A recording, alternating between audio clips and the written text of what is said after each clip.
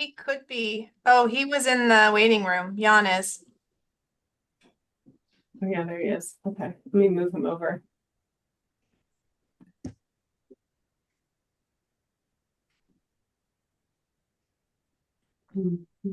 Josh. Oh, there's Josh. Okay. Hello.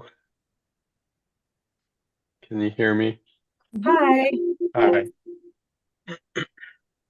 Okay, well, Courtney, I'll kick it over to you. And then whenever you feel we're ready, we can let Josh into the room. Yeah, I mean, I don't have a problem if you want to let him in now, but Okay.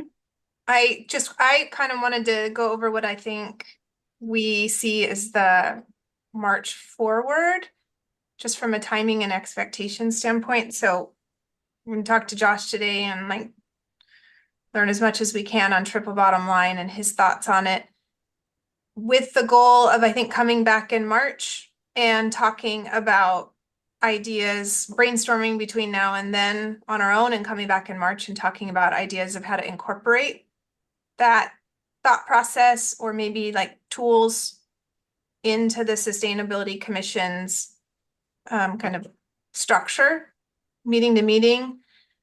And maybe we are coming up with multiple, but I think maybe the goal is that through the March, April, May timeframe, we're narrowing down from like many great ideas to 2 or 3 very solid ideas to have in front of the commission for approval no later than June. Maybe as soon as May, but June. So mainly I was just level setting on that. So my head was kind of in the right place from an expectation standpoint. And that ultimately our outcome here is about tools or frameworks for the commission to use, not necessarily that the commission is recommending to the council or other community groups, but mostly for ourselves. Okay. Sometimes it's just good to sort of gut check. No, I So mean, I think that all sounds great. I mean, your gut is checking. Check. check. Okay. So then from there, I think we're ready to use as much of the remaining 55 minutes listening to Josh pontificate about all that is good with triple bottom line. Howdy, everybody. How formal a deal is Hi, this? Josh. I don't think Can it's I super see? formal, but you are recorded. Okay. So what you say can and will be on the public record for all time. Thank you for reminding me. I will keep my swearing to a minimum. Hello, everybody. Thank you for doing the good work and for showing up and volunteering your time. I'm going to share a little bit about how a triple bottom line decision process is done. And I will show you a few examples. I had one in mind from a corporate context that Danielle and I had talked about, but I have to remove that because our clients didn't want to share about it. But it was, I'll just say vaguely, it was about water use in another food processing company in another country, and their decisions on how to manage that water scarcity. But they've asked not to share it. So unfortunately, I can't share that, but I will share some juicy stuff. And feel free to stop me anytime along the way and ask questions. So do I have the power to share my screen? Does everybody know Josh? Should I do more introduction? I probably should. I don't know, Okay. maybe. Okay. I Hi, don't everybody. yeah. I didn't want to assume. No, that's great. I appreciate it. I was diving in because I heard that 55 minutes and I just got immediately to the task. Okay, so I'm Josh Proudfoot.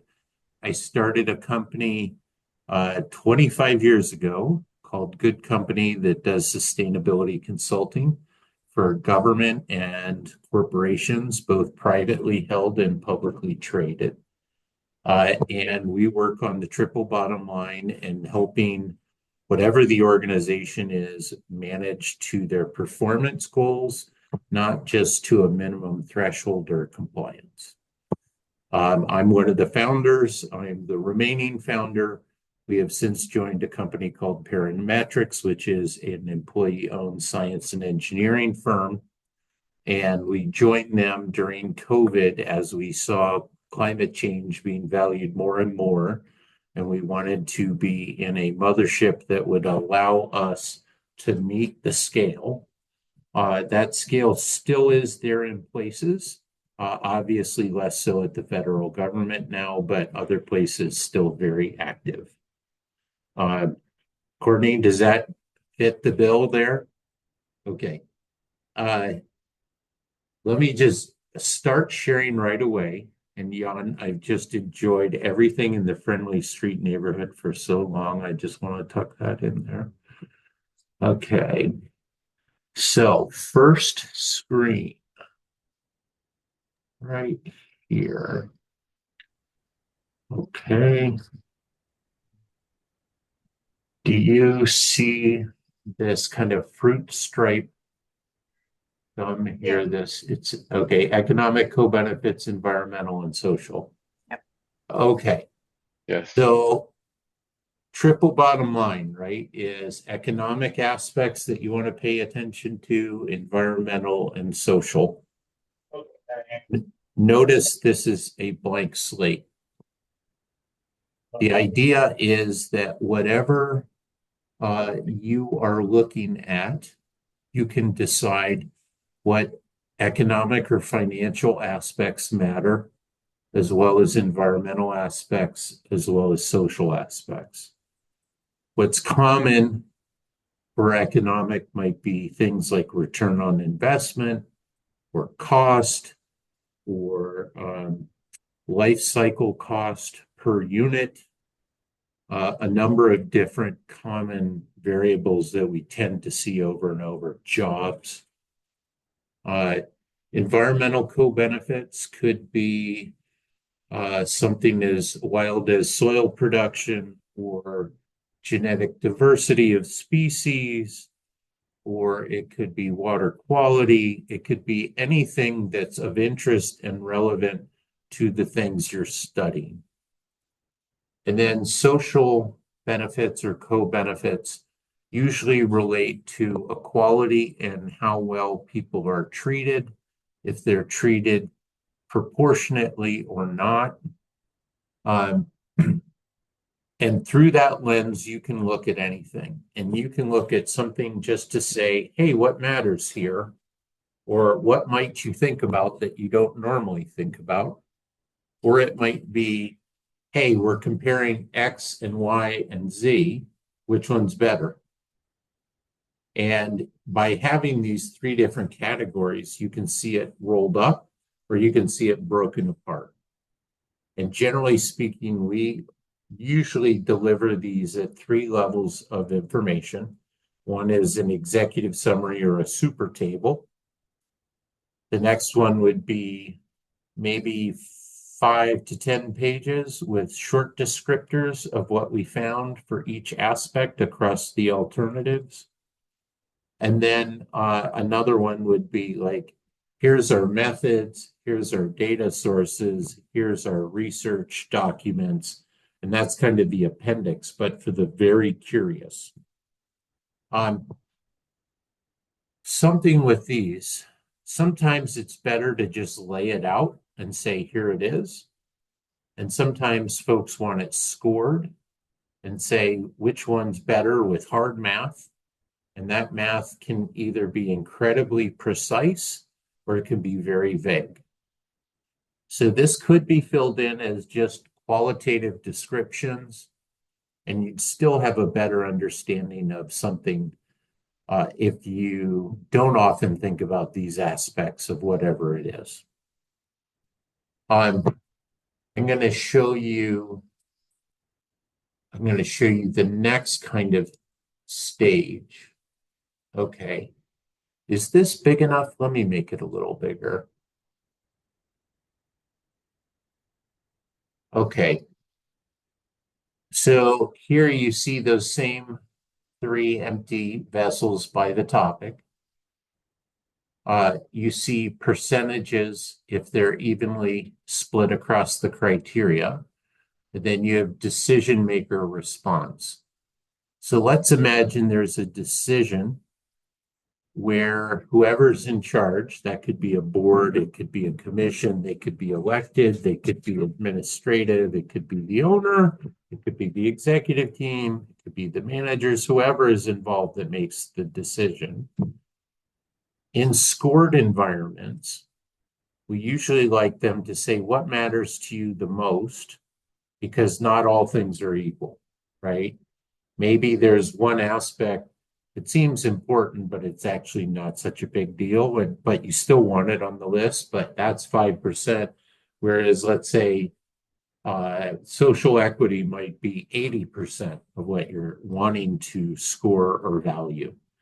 And what we found is that when you get to filling this out, you don't want the folks that fill this out to see the scoring.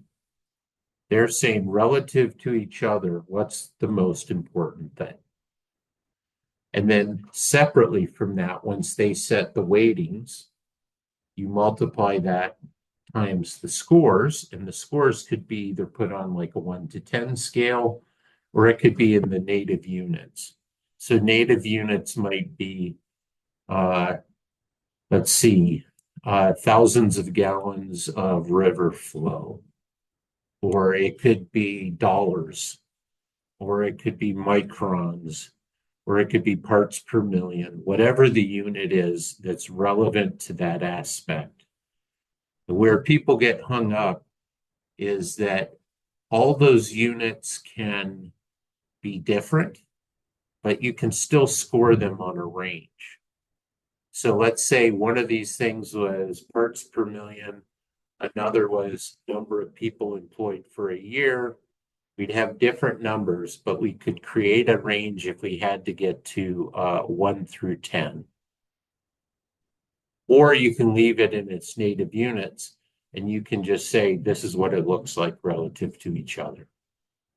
Okay, and I will go through some examples. I just want to walk you through a high-level structure, and then I'll get into examples. Okay, so here you start seeing if you had all these members waiting, let's say this is a board, an elected board. Each one would privately fill out their weightings for those different things. And then we'd roll them up into an average and say, whatever that is comes to here. So what we found is that, like in some of these, we've had some commissioners that will say economics is 100% all I care about, and they'll zero out the other ones. And we've had other ones that are like, nope, it's just jobs, and they zero out the other things. And then other people are like, no, everything's so important, everything's a perfect even split. But what happens is those folks are representing the community or the community's interests or their own interests. And when you average them, we basically say that's it. Because what we found is if you come back and re-weight everything, there's usually some gaming going on, and people start the influence game of trying to change the numbers, even though they ask for this kind of rigor in the process. This is based off a decision model called subjective expected utility. And that was when in doubt, and you can't put hard numbers on it, you create the weights of what your values are, and then each person would score something 1 to 10 on the kind of range of scoring that you'd create. And then you'd get an approximate number for something that might be really so subjective that you just can't tell. But if you have everybody's subjectivity run through it, you can get more careful. Now, we encourage folks to get as good a data as possible, but there's a limit to that. not all things are worth paying down, you know, thousands of dollars to get this tiny little difference that won't show up, right? So again, this model can be scaled up and be very general and kind of loose and be more of a thinking prompt tool, or it can be extremely precise depending on the data. So then if you're to score it, then you can start seeing the different alternatives, whatever that is. And this is for a decision. You may just want to use a TBL to lay something bare just to make it transparent. But here is where we would multiply all of the units times the weightings, and we start showing what that looks like as a result. Okay, let me pause and just say conceptually, are you with me? Does this make sense? And then I'll show you some examples that are actually quite different. The first one I'll just describe, and then the other ones I'll show you the scoring rubrics and what we actually scored. Any questions? Lily, are you following this, or do you have anything in particular you want to ask? No? Okay. Okay, so let me put that aside. And let me first tell you a story about median barrier in the Columbia River Gorge on I-84. Okay, so back in 2006, we were working on the bridge program for the state DOT, where they had to replace 350 interstate bridges because they were not seismically sound. I think we are the only state in the entire country to go through all of our inventory and do that to date. Along the way, they rolled up projects to have certain geographic areas to make them more financially efficient. And one of the things we bumped into was this weird median barrier height. Can you see my cursor moving around by the middle of those? I don't know if you can. But if you notice, there's a black median barrier and then there's a taller red median barrier. And you think, why would anybody care about the height of a median barrier or how it's made? I think I'm maybe seeing a zoomed in version of your Excel still. Yep. Oh, Yeah. thank you. I got to share a different screen. I was assuming it was user error on my part and trying to find my No, Me too. I'm the user. I was like, I've done it all wrong, and then I made it really small, and it was all frustrating. Okay, can you see now? Yes, now I can. Okay, thank you. I won't claim to be a super Zoom user. Okay, so here's the deal. The Columbia Gorge Commission sets aesthetic standards for anything in that corridor, and they have special regulatory powers. And one of the things they have, since this is a national scenic area, is they set aesthetic standards on the median barriers. And they didn't want those median barriers to be modular that can drop in and have a pin. They wanted them to be cast in place with texture and color that would match the rock the whole length. And that color actually did arrive, which is great. But what we discovered is that they also had this expectation of seeing the view when you're driving east from Portland, straight out east, that you should be able to see over the median barrier while you're driving and get a view of the Columbia River. So the current median barrier is 32 inches, which is an old standard. The new one is 42. What's the difference? 42 means an SUV can't flip over it and an 18-wheeler can't flip over it. Okay. It also means without it, you've got headlights at night coming in your face in both directions. So we saw the request for this specially formed median barrier that would be cast in place, which means they make the forms, they pour the stuff in it, and then, when it's ready 3 days later, they pop off the forms and they keep moving. So we thought, that's going to slow down traffic for a very long time. If it gets damaged, it'll be hard to fix. It means you have to shut down a lane in a very narrow corridor on a high-use highway. And we don't like this whole thing about trucks and cars rolling over the top. So, especially when you put it lower, you're going to have those lights in your face. So we presented a TBL framework to say, here's how many deaths you can avoid. Here's how you can avoid detours regularly. Here's how you can avoid cost regularly. And here's how you can set that against having a good view. And the actual primary document, we don't hold. It's in an engineering record somewhere. So we thought this is worth making the argument for. And it seemed really obvious. It saved huge money. It saved fuel. It saved lives. It would look a little less pretty and you'd lose the view. But we figured with those headlights in your face, you'd probably lose the view anyway, because they'd put those little green tabs up that block the light from going in your face on highways.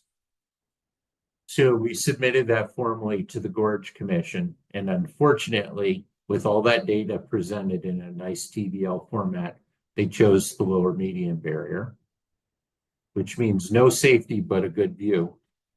And then within a year, they had so many complaints, they put those green plastic things up that blocked the view but gave you no safety. So lesson number one, you can present a beautiful case. You can show the data.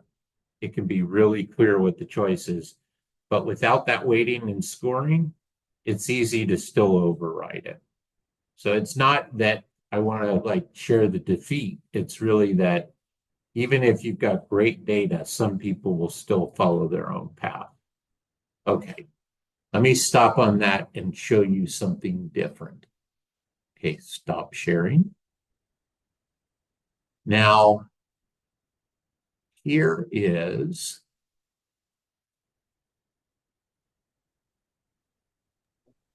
bridge. Josh, can I ask a question? Yes, sure. So you, so the decision process in this case did not have this spreadsheet. They didn't do it based on weighted preferences.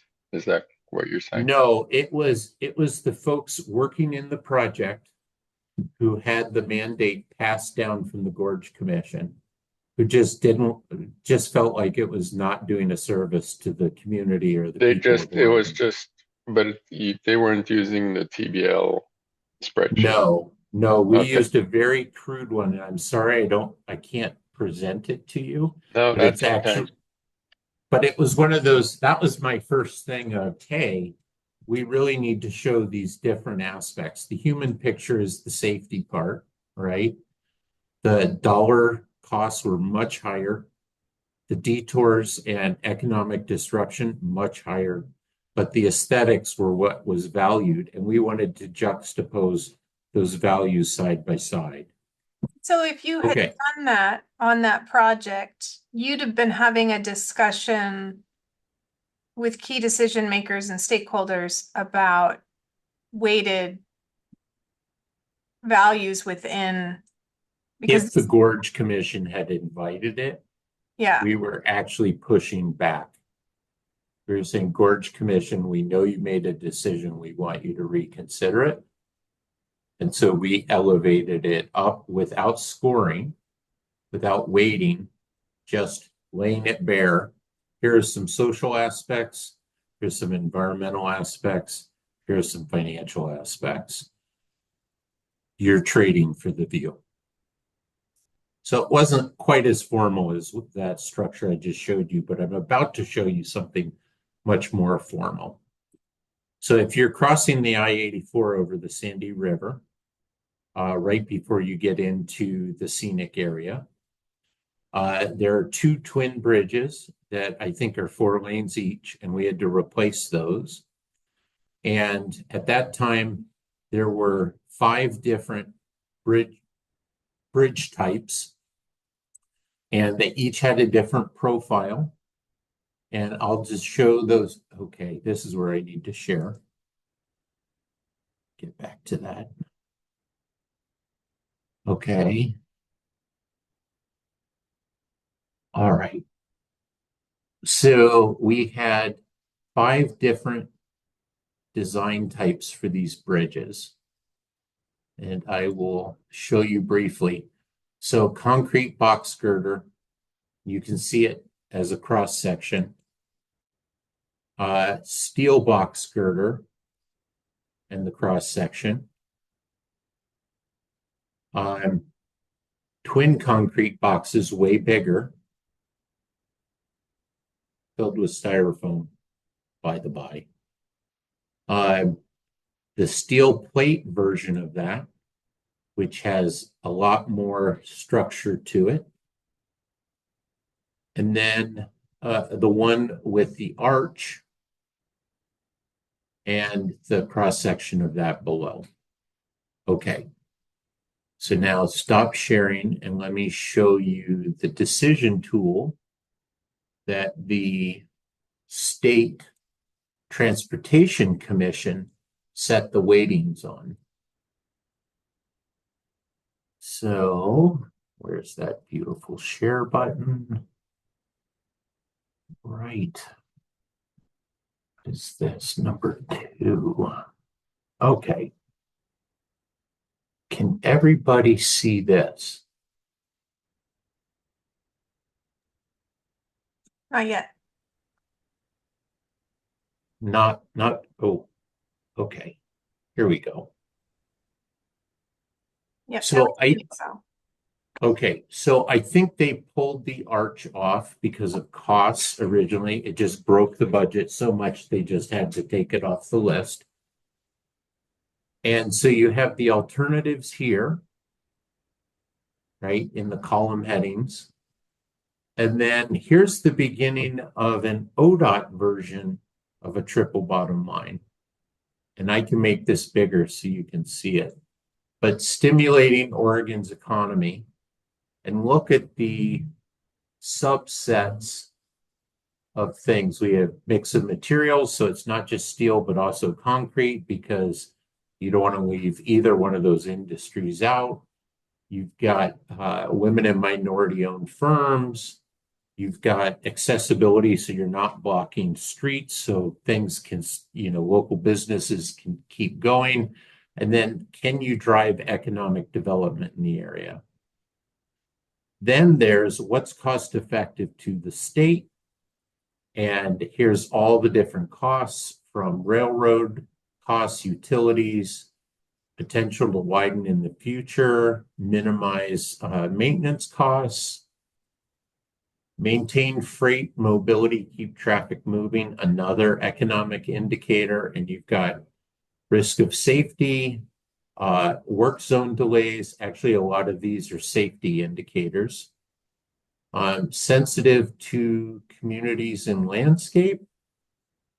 We've got historic, community desires, protected species, fluvial patterns, which means how is the river going to move over time, recycling of demolition waste, and then can you get extra money by the alternative?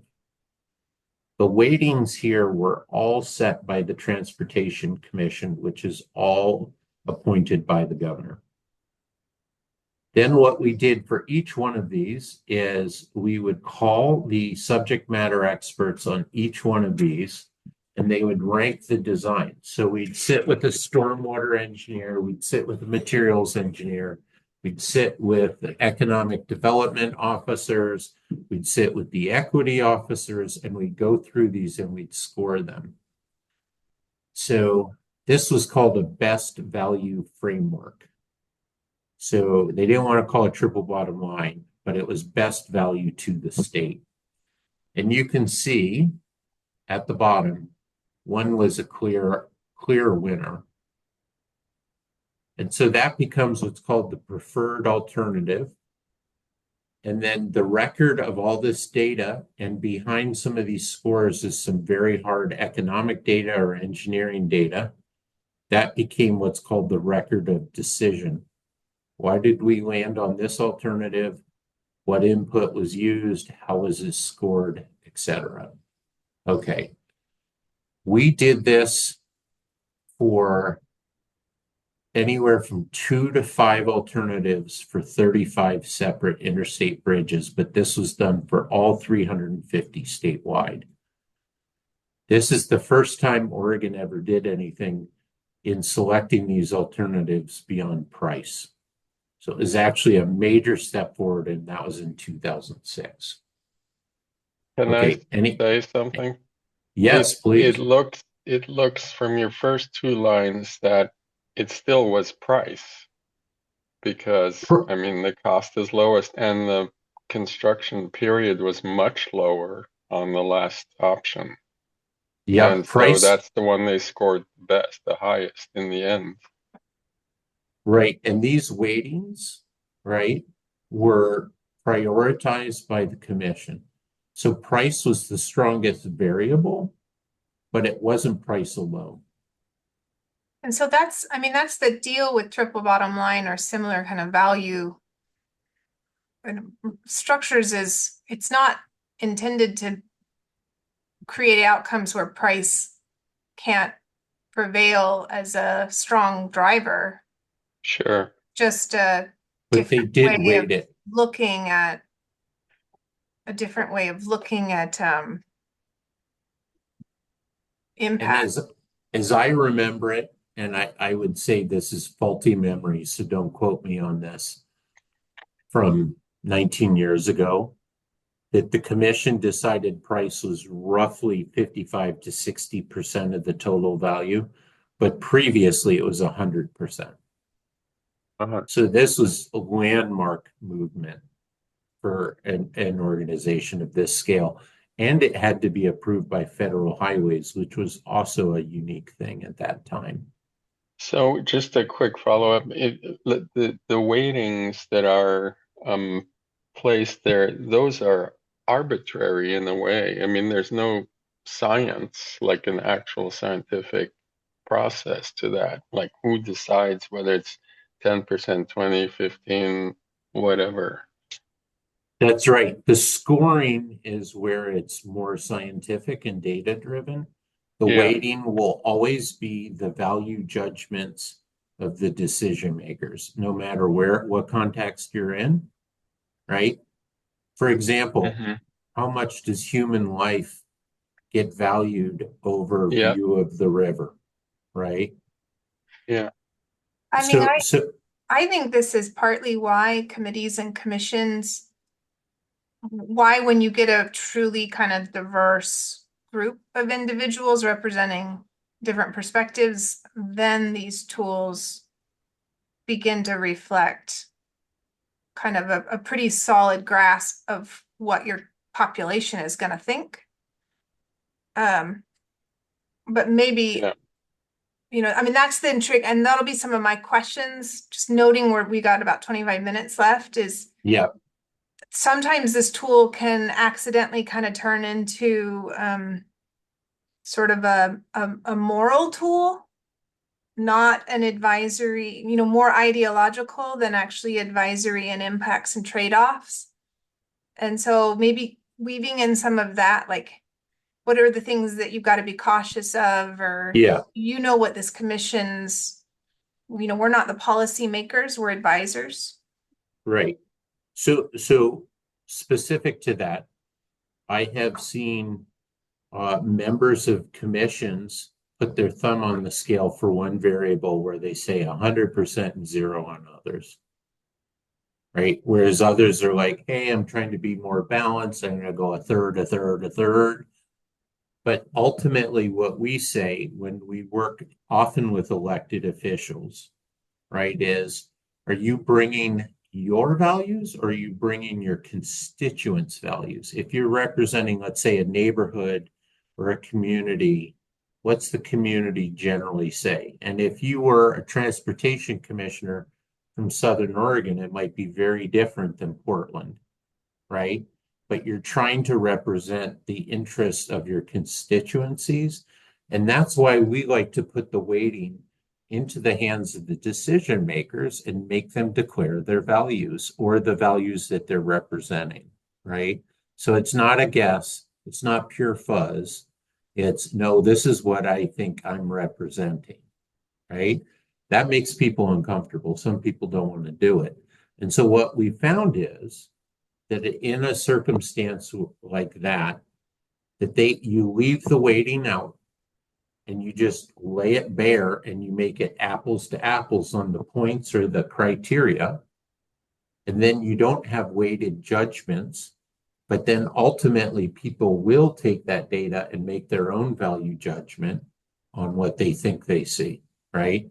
So for example, what you're going to see from like long ago when we did due diligence for eWeb on the Seneca biomass plant, very clear, we were going to do apples to apples. We weren't going to do any weighting or scoring whatsoever. We just wanted to make it visible and comparable. We didn't say whether renewableness was bigger or cost was bigger or, firm power in the community grid was bigger. We made none of those judgments. We just said, what do you want to know about? And we'll lay them side by side. And that's what you're going to see too when you look at that turf TBL with Golden Gardens is a side by side with no weightings. We're not putting community values in there. We're just going to say side by side. And so it can be a transparency tool too, right? Where it's not like we're making the decision for you, but also when you see scoring and you see what's the most important variable, you can sometimes say, could we alter whatever we're choosing by a little bit? And all of a sudden that scores better. So we find that usually 2 rounds is necessary with decision makers. So let me stop sharing this. And I want to share with you something that uses the tool that I showed you just a second ago. Where is that one? Okay. So this was a project for our wastewater treatment group. And they had to. We're still not sharing. Not sharing. Thank you.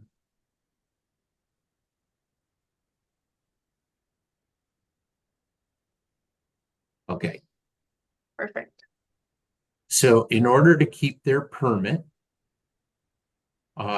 to send clean water out of their effluent pipe into the river, they have to meet what's called total maximum daily load. And there are thresholds for okayness by DEQ and EPA. And in April and in October, when all of us are taking warm showers, that water goes in hotter and comes out hotter. And so to comply with the ability to send that water in those 2 months into the river, they had multiple choices of how do you want to offset that problem. One was shade small streams upriver so that the water comes down cooler. And then when we add the hot water, it's still below the concerning temperature for fish. The other one was send that water into irrigation for non-food crops. And the other one was use that water in industrial applications like gravel washing for concrete manufacturing. So we started with a blank slate like you've seen in that TBL framework. And I want to show you, this was the result with coming up with indicators with all interested parties. Let me make it bigger.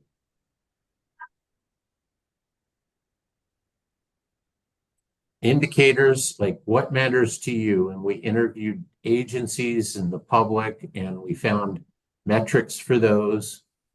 Then we went and we had the agency commissioners weight it. And so they picked the weightings and they said, we're representing our constituencies. And we think that these weightings fit us, and we average those. And there is a lot of debate amongst them. And then, so depending on what the variable is and the weighting, you can see how thick a bar it becomes. And the red ones show humans, and we're thinking blood. The environment is green, like plants. And then blue is all costs and operational and regulatory aspects.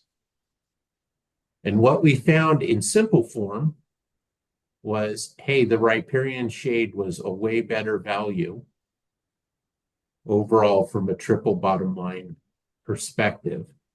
Now, notice this is still kind of fuzzy in terms of what that means, right? So let me go a little deeper and show you this is how we ended up scoring it based on data. Here's the weightings, criterion weights right here. And then here's that outcome number popping out on the other side. And you can see on the far left the specific things that people wanted us to look at. And there's a unit for every one of these that we had to normalize to a base 10. And I'm going to show you a little more detail. Okay. Look at just cost, life cycle cost, and cost effectiveness. So 20-year net present value. What are you going to spend on it in today's dollars if you could pay for it all at once right up front? How much would it cost? Well, this was $4.5 million. This was 12 million. This was 7 million.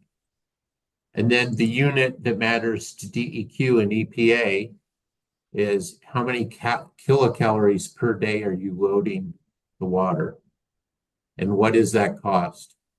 Well, very different costs, right? And then this is, can you use recycled water for something else?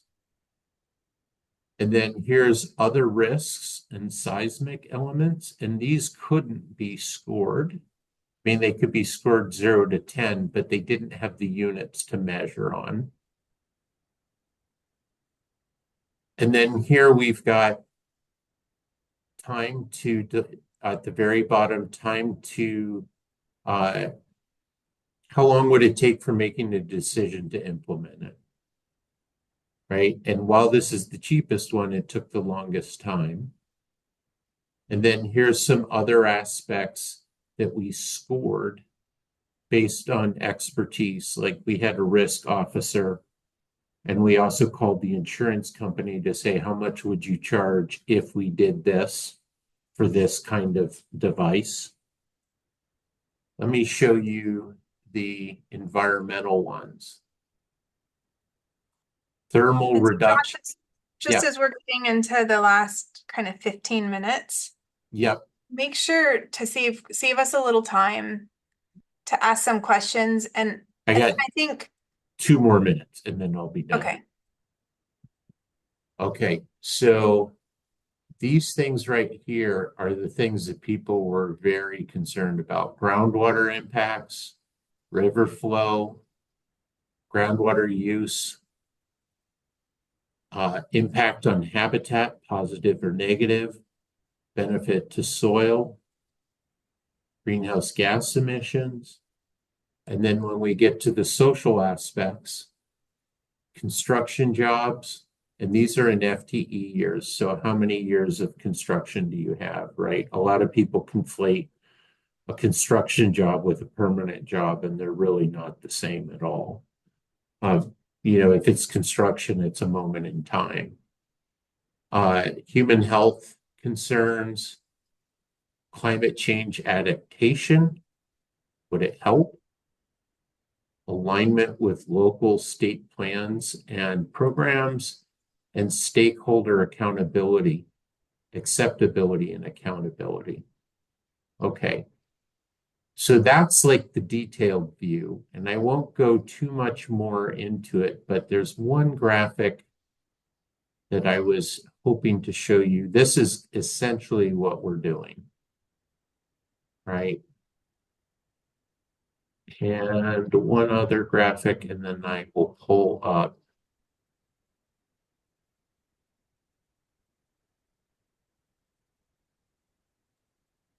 Okay, this is where we start documenting our data and much more finer calculations. And this is about those levels of detail. You can't always do this, but let me bail out of that, pull up, and say, what kinds of questions do you have?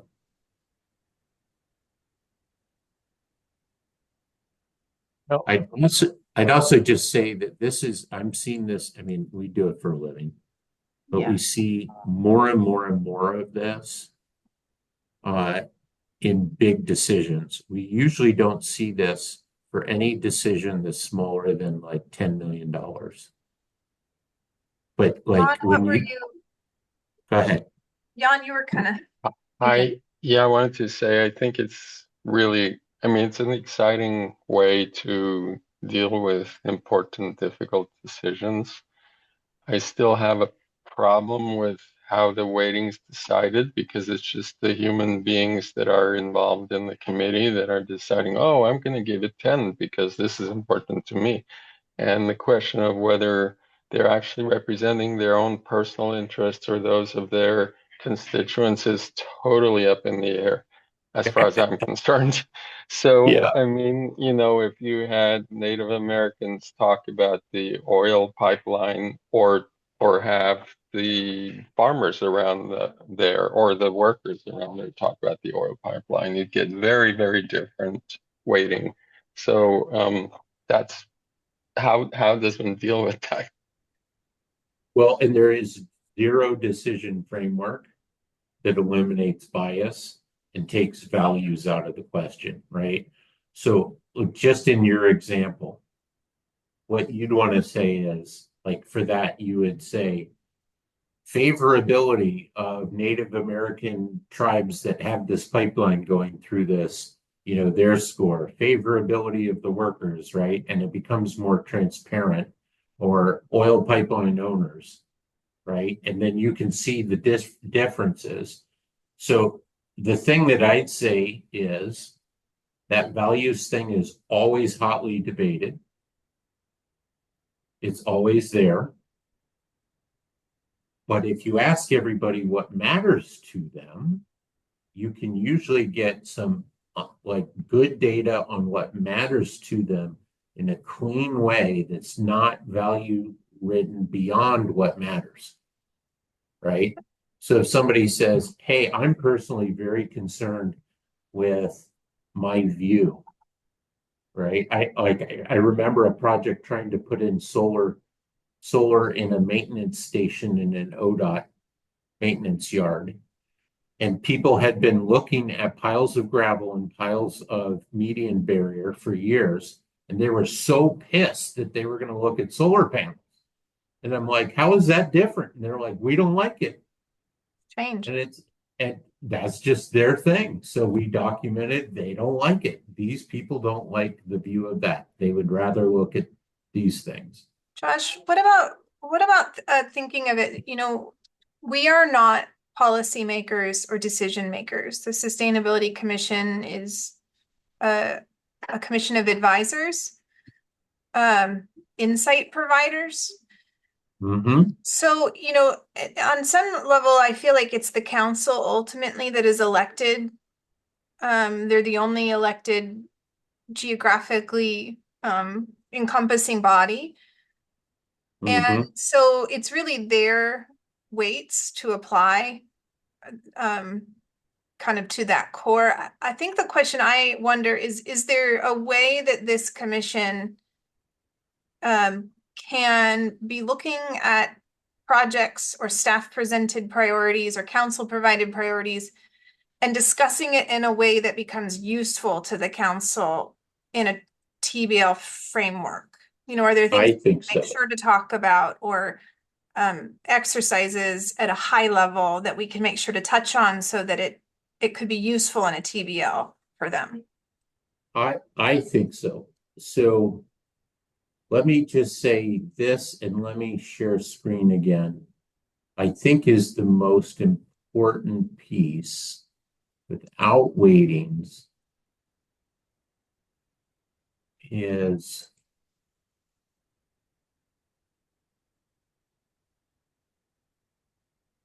just show them what you think needs to be considered on these lines for each aspect, right? And that's prompting their thinking. Saying, okay, whatever you're talking about, whether it's what natural gas policy or parking or park access or whatever it is, right? What do we think matters in each one of these categories relative to your decision? Just to wake them up, right? Because they might be seeing it purely from their own experience or from whoever talked to them last. And you're just saying, hey, here are the things we talked about that we think have scale. And I say have scale because some things are so tiny, it's please don't, distract them with it. Right. And you give them the lines. Here are the economic things to consider. Here are the environmental and here are the social things. Just doing that alone for decisions can be super helpful, right? You may not come to consensus on what a score would be. You may not have time to go get data, do some ROI calculations or economic Won't. multipliers, right? So far But outside. but if you prompt their thinking, you mature their decision, whether they act fairly and on the community values or their own values. You said we brought it up, it's been called to their attention versus a complete and total blind spot or a gap. So I think that's the most useful part of this. And then if you gave them a table and there are choices, and you had those prompts, you could say, here's an empty table that you can fill in with your own thoughts and then have that discussion. Kevin or Lily, what do you guys think? I think I like that. I think what would be challenging for the commission is to identify what is something that is too small to care about and what is something is bigger. I think the commission would probably really struggle and we could spend way too much time on the tiny. Well, I know that is likely, but so Human that beings, part, after it's all. like a little bit that presents a challenge for the type of group that it is and the amount of time we have to do that kind of work, because really it's just one meeting a month where we actually have time to do that work. And we've discussed sort of how can we incorporate like this kind of esque thing, right, Courtney, essentially just for commissioners to get their head around, not even the council, just like getting the commissioners at the table when they're looking at, your presentation about Golden Gardens, whatever it is, that they're like already thinking in this framework. Maybe they have like a little table in front of them just like this, and they can write their ideas in it. That's one thing we've tossed around or something like that. Yeah. That's almost to me like the first step is like if we can get commissioners consistently thinking this way, then I could see a movement to maybe say, hey, these are our things that when we've discussed the triple bottom line, these are some concerns that we had. But I still think it's going to come down to a lot of minutia and individual concerns. But well, and that's okay. If you have more time to process it, you could very easily say, we like brainstorm, here's our list. Now everybody's got 3 dots for each one, and let's pick the most voted for top 3 for social, environmental, and economic. And you could say, we'll never go more than 9 or whatever. You could do an arbitrary cutoff where it's just a simple vote, and then you don't have to get into but that's more important or whatever. But we used to teach as a thinking tool for engineers, right? You'd have the rows are these these TBL things.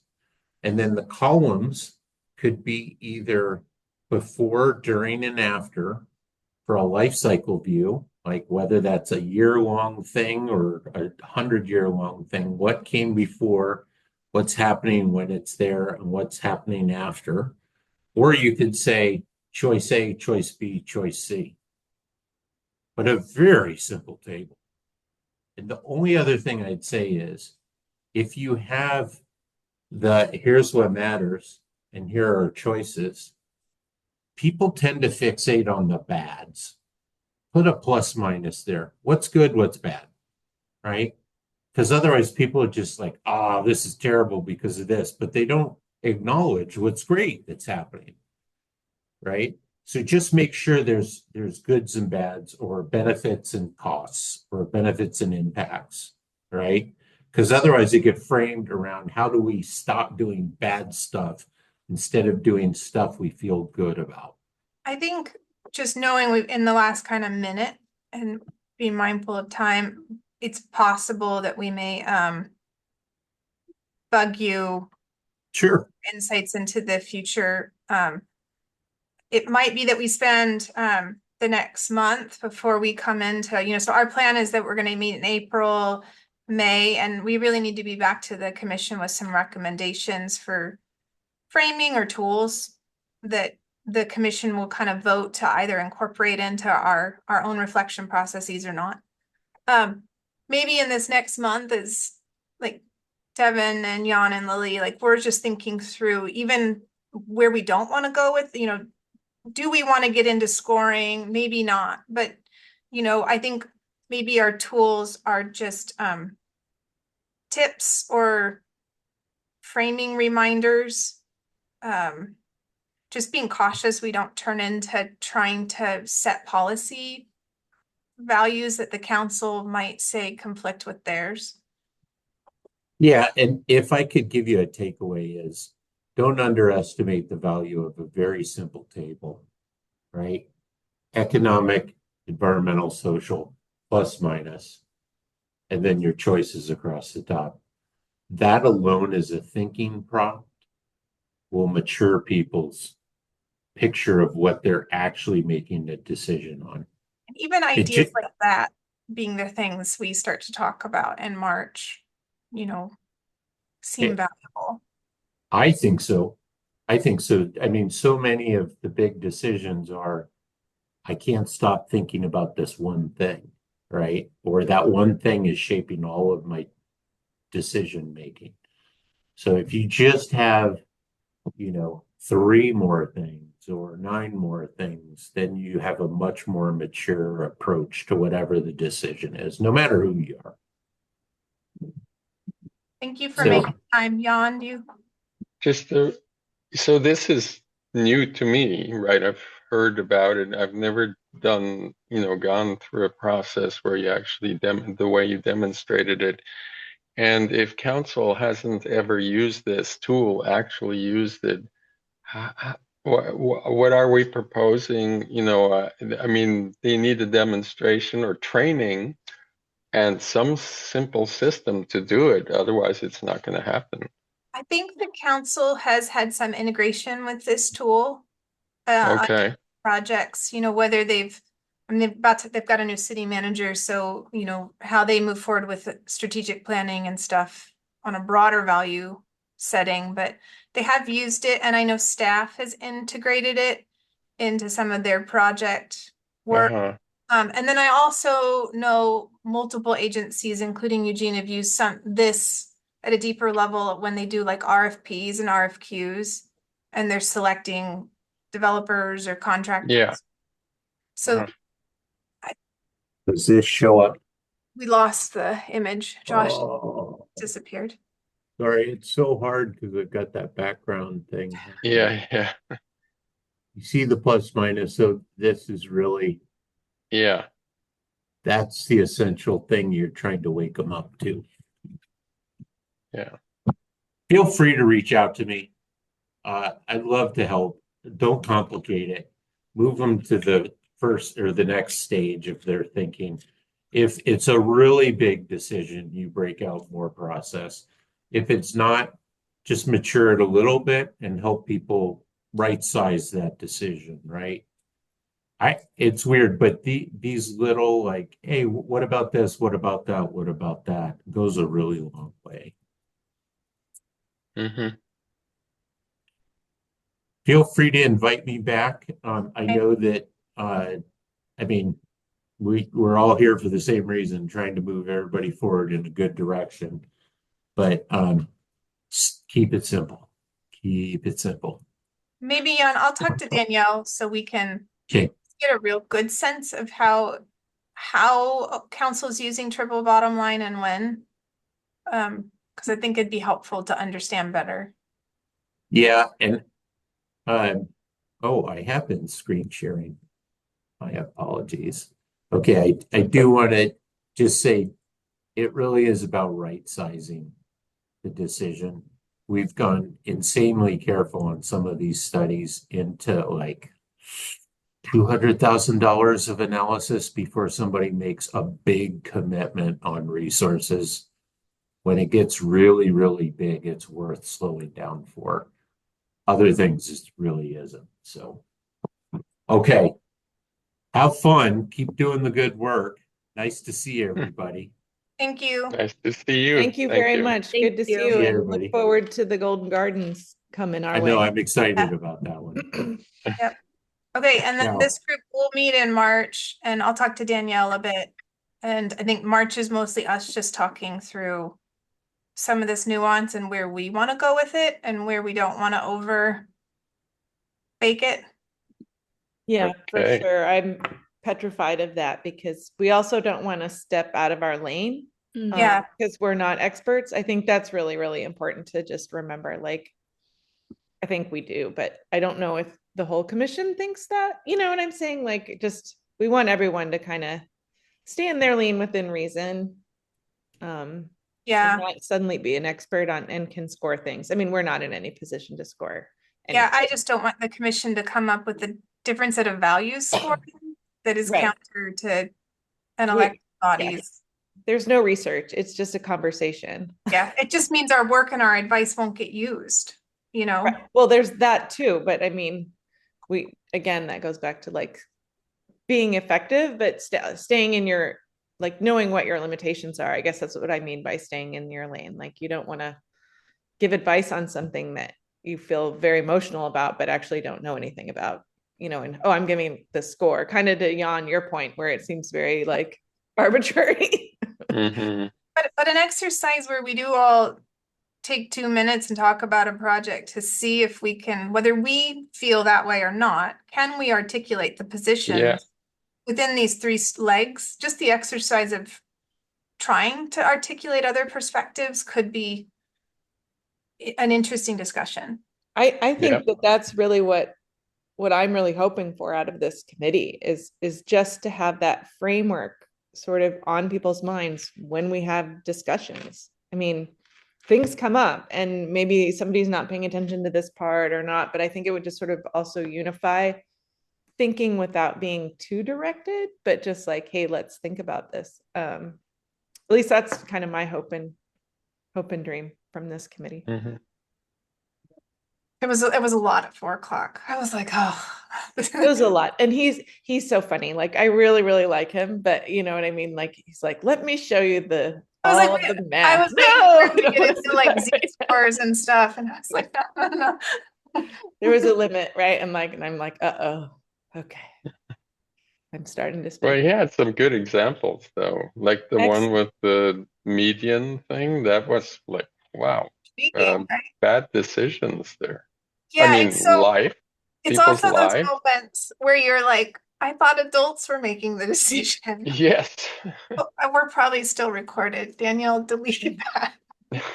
But no, it's true. It's really it's funny that you said that because like the first thing I thought is because I don't drive at night because my eyes are very light sensitive, and if the median is not high enough, like literally I have to pull over and I cannot drive. Like there's Well, ways nowadays it's fake it, crazy with and the I'm like, way with the headlights. like, Yeah. I'm like LED. blinded so easily. So Yeah. I'm like, nope, no driving on there for me. Okay. Thank you. Thanks for going over 7 minutes. And then we will go again in March. And I'll let her know it'll just be an us probably meeting, and that maybe we can just do a little bit of talking about just for our own interest, how much is council using triple bottom line? Yeah. Mhm. I mean, But- they did it for Golden Gardens with parametrics, so that's like a great example right there. And they're not totally done, but Yeah, I'm now curious, did council set the values though, or did paramedics Yeah. with a different, who did the, I don't remember now. I don't think I would bet money that the council doesn't set those. I maybe don't. it's I staff? probably have a really hard time thinking that they get that involved with the TBL, like when they're hiring a company to do the TBL. Yeah, project to project, probably not, but who So knows? you think staff did it, Devin? I'm I don't know, but knowing what I know about council and how much time they have and how they don't have any staff, that I would find that it would be really difficult for them to like step into Research. a TBL from a private company and like want to do that. Like I feel like they go, we need a TBL analysis. And maybe this Mhm. will all be in my head, and like But then it they could come be back good. and say, here's the TBL analysis, and It could be a good question. A lot of times projects staff will also bring in stakeholders, people who do maintenance, like they know the stakeholders to a project. So I bet it's more diverse, but um, it'd be an interesting question. And I'll ask her. But I think we focus in March on throwing all the ideas at the wall, I clunky, mean, not clunky. that could be an email to Josh, like how much, who set, like just use the example of the Golden Gardens that, who set the, or who chimed in on the rating. Set the values. Yeah, who's gonna, he just would tell you, like, Yeah. and then you know. But I just have this sneaking suspicion that council doesn't have time to sort of do that, and they more like get it, like here's the stuff, and then they have feedback like, oh, I see, and they ask questions, and then there's public comment, and then it just seems that's the way it normally goes with everything with the council. Mhm.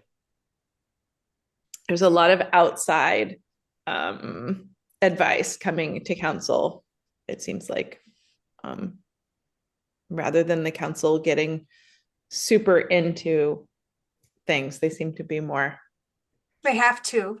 I right. mean, That's right, because they all make have like their own $12,000 jobs a and year and they have jobs, and yeah, exactly. That's my point, and no staff. So it's like how they can't be experts on those things to make ratings. I mean, they may not even be like truly like a stakeholder, quite honestly. They're more of a policymaker. So I don't know.